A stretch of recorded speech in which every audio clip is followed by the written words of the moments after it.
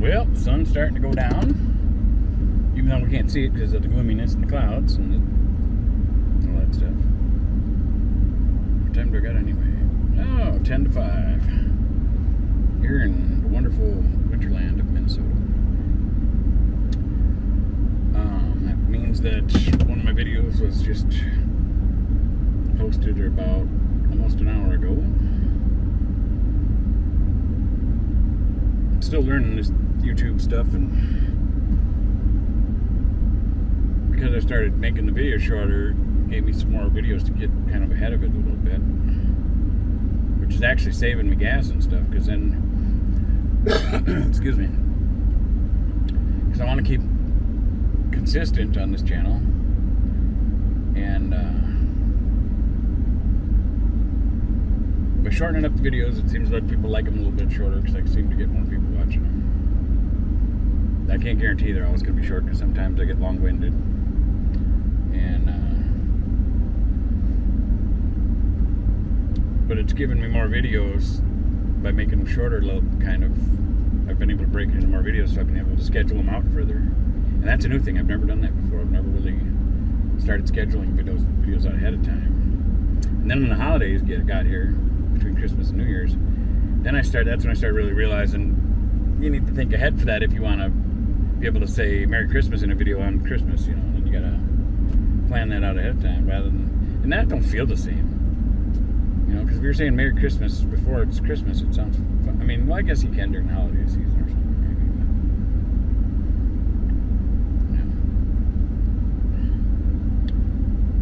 maybe. And I've noticed this year, I was thinking about, because when I say Merry Christmas to people, as a kid growing up and stuff, I was thinking about Santa and stuff because of Christmas, the marketing and what Christmas has kind of become for American society anyway. How it is around the world, because I haven't traveled the whole world or nothing. But I always knew about baby Jesus, and that's what Christmas is really about. I knew that. My mom raised me with that. And then in my family, most of the family, every Christmas Eve we all get together, and my aunt Kathy, she'd write plays every year, and put together a play, and then she'd call around ahead of time to all the parents that had kids and stuff to see who wanted to be in the play and whatnot. And then we'd go through casting, and then we'd start rehearsing and stuff, and we'd make scenery and make stuff for the play, to put it together. It's like one year I was the tiny little elf, and that was the name of the play, so I was the star that year. For me, we ended up actually getting some tight. I was wearing I had red, white, green, and Christmas colors and tights, and I was dressed up like a little elf hat and stuff. And then a lot of times we'd make outfits too out of stuff. And, no one in my family was real well-to-do or nothing. Everybody in my family was always just getting by. Either struggling really bad or getting by. Growing up, a lot of my family was on food stamps and stuff. I think pretty much everybody in my family. We all lived in tougher parts of the neighborhoods and stuff. And but we had a really good family, man. It was amazing to think that every Christmas Eve we'd get together. And when I was a kid, there was about 200 of us. Nowadays, I didn't go to this last one because I couldn't afford the gas. And that's the first Christmas Eve I think I've missed in all my life. As a kid growing up and stuff. I've never missed a Christmas Eve until this year. And, I don't think I've ever missed one. And, so it was really weird. It was different. And then I was thinking, I started getting the Christmas blues, thinking I was going to be alone on Christmas or something. And then I ended up having a really good Christmas. From the people I've met that,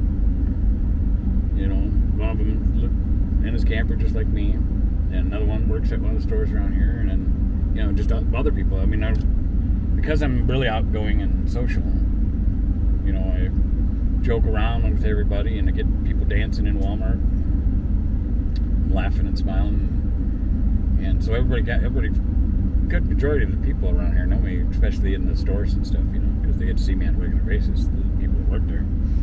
And but I think a lot of the customers are starting to remember me and recognize me too. Kind of hard not to when I'm being a goofball. Like I go into holiday earlier, because it's winter here. Everybody's gets snow, slush, and salt and stuff on their boots and shoes. So that all tracks in everywhere. And when it comes inside, then it starts melting and getting sloppy. Well, their long runner rugs, were getting wet and stuff. So they had a floor fan when I came into holiday, blowing to help keep the floor dry. But the rug was waving like this, when I come walking in the door. And the kid in me, in my imagination, I couldn't help it. I go past the fan and jump on the rug like I'm on a surfboard and waiting for people to come in the door. Because as they come in the door, I'm standing on this long rug and it's, flapping like this in front of me. And I'm like, check it out. I'm on a magic carpet. And I did. I got a lot of people to smile and laugh doing that.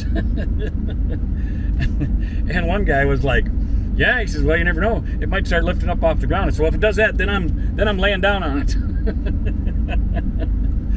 Oh, and then people start, playing along with me, And I love when that happens. Just like in Walmart, I get that a lot too, where people, I don't know, I'm glad that I have that type of energy.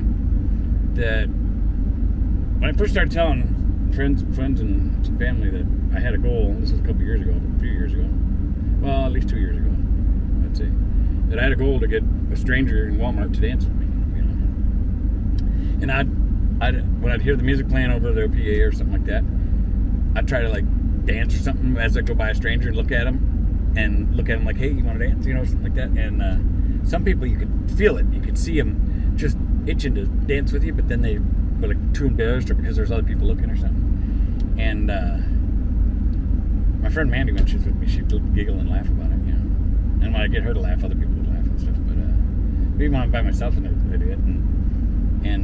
Well, I finally got it. Finally got people to start dancing with me. And it happens more frequently now. Maybe it's because I'm getting more relaxed in it, and I'm learning how to read people's auras or their soul or something better. I don't know. But I can maybe I'm reading people better or something. Or maybe it's a combination of me reading them and what I'm projecting, But one day, before winter came and stuff, I wasn't even really trying or nothing, and I was just kind of bebopping around because it was good music playing, and it was like aisle after aisle after aisle. I had people dancing with me. I couldn't believe how many people danced with me that day. It was just amazing. I mean, I was just in shock. It was almost like they planned on dancing with me, instead of me trying to get them to dance. And that was a really cool day too, because then there was this group that was here that was raising money called Life Changers. That's it. They're in Missouri, and they have a rehab center in Missouri. They're on Facebook stuff too. You can find them on the internet, called Life Changers in Missouri. And they've got a rehab center down there that's totally free for people that want to get off of, drugs, alcohol, whatever. I'm not sure what all they cover down there. And they do it through Jesus Christ and the Bible and stuff.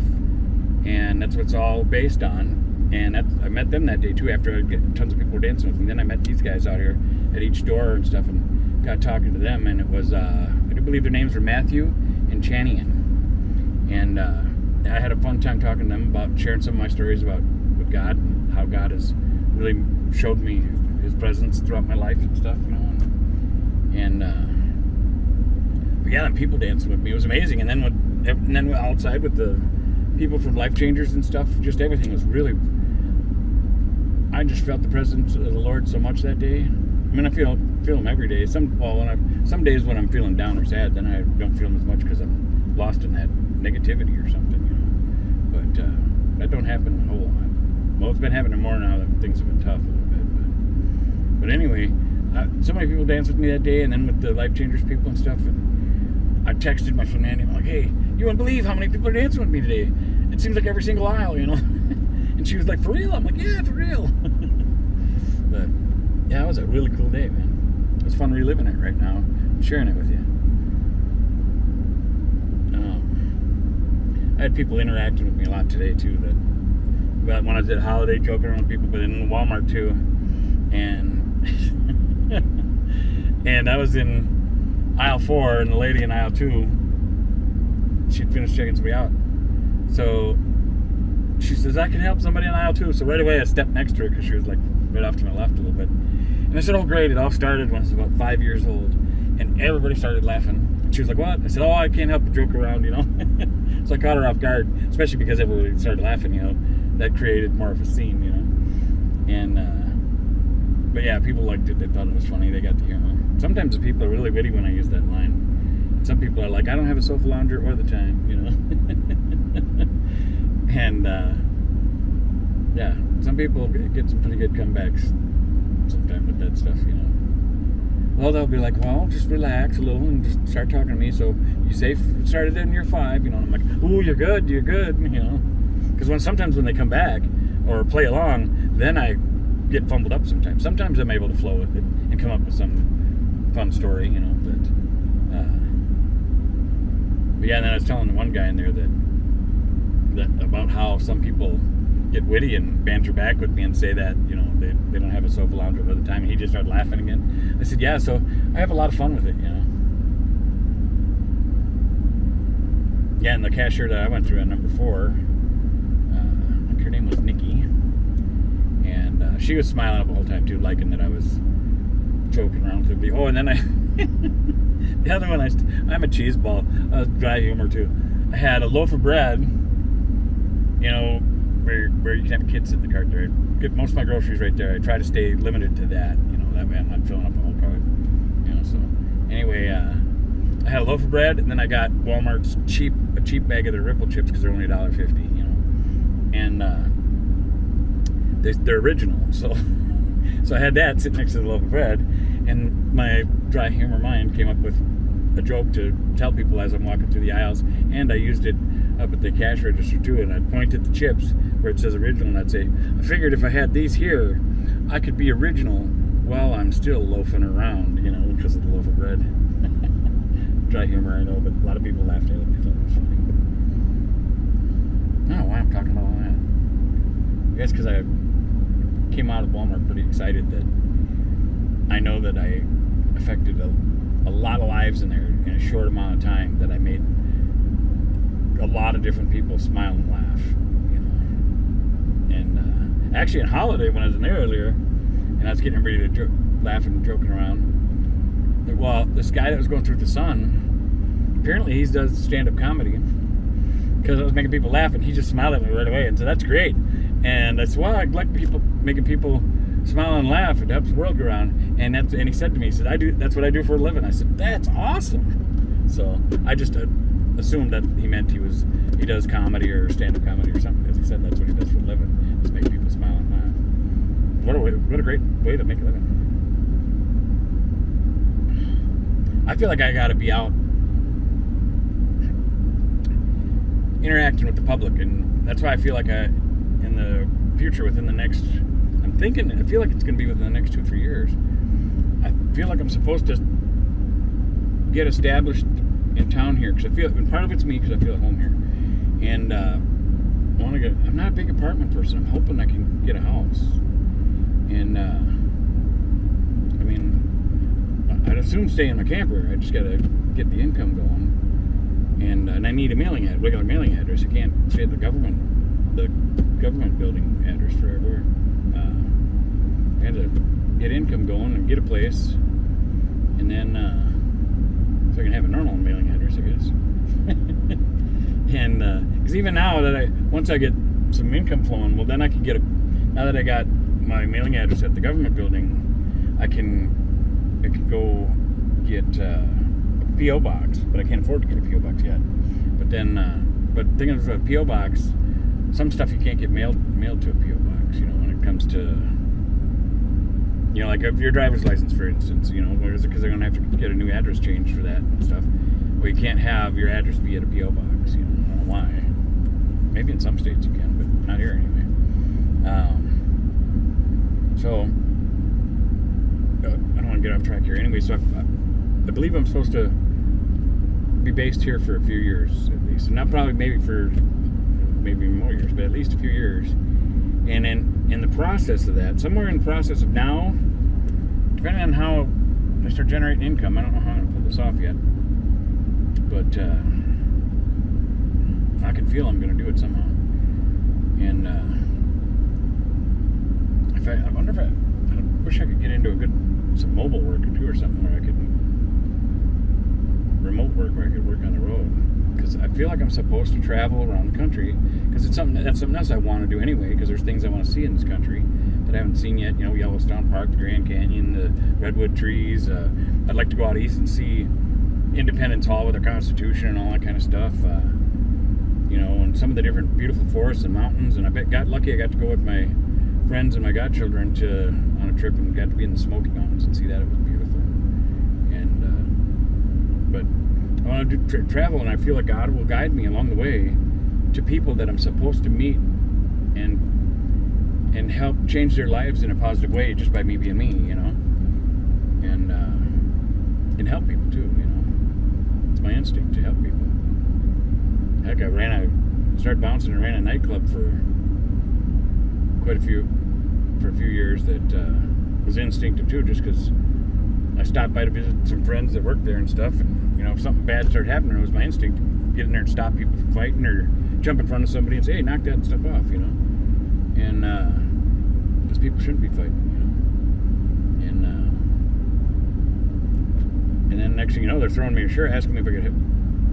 They were short-staffed, and would I hang around and watch their back or whatever? I said, sure, I don't mind doing that. And then they tossed me a shirt to staff. So then I started bouncing. Next thing you know, I was managing and running the whole place and running schedules and dealing with people, different employees complaining about each other, because the waitresses, like when we get really busy in the nightclub side, some areas seem more busy, and on a regular basis you'd apparently make more money or tips in that area or something. I don't know. Well, then some of the waitresses started bickering about, well, she always gets to work in that area, and you make more money over in that area, and so I'm hearing this, I just had to figure out how to deal with that, and I handled it very well, matter of fact. I'm getting long drawn again. I'll have to tell you about how I handled that in another video. Thanks for watching. We'll see you on the next one. God bless you.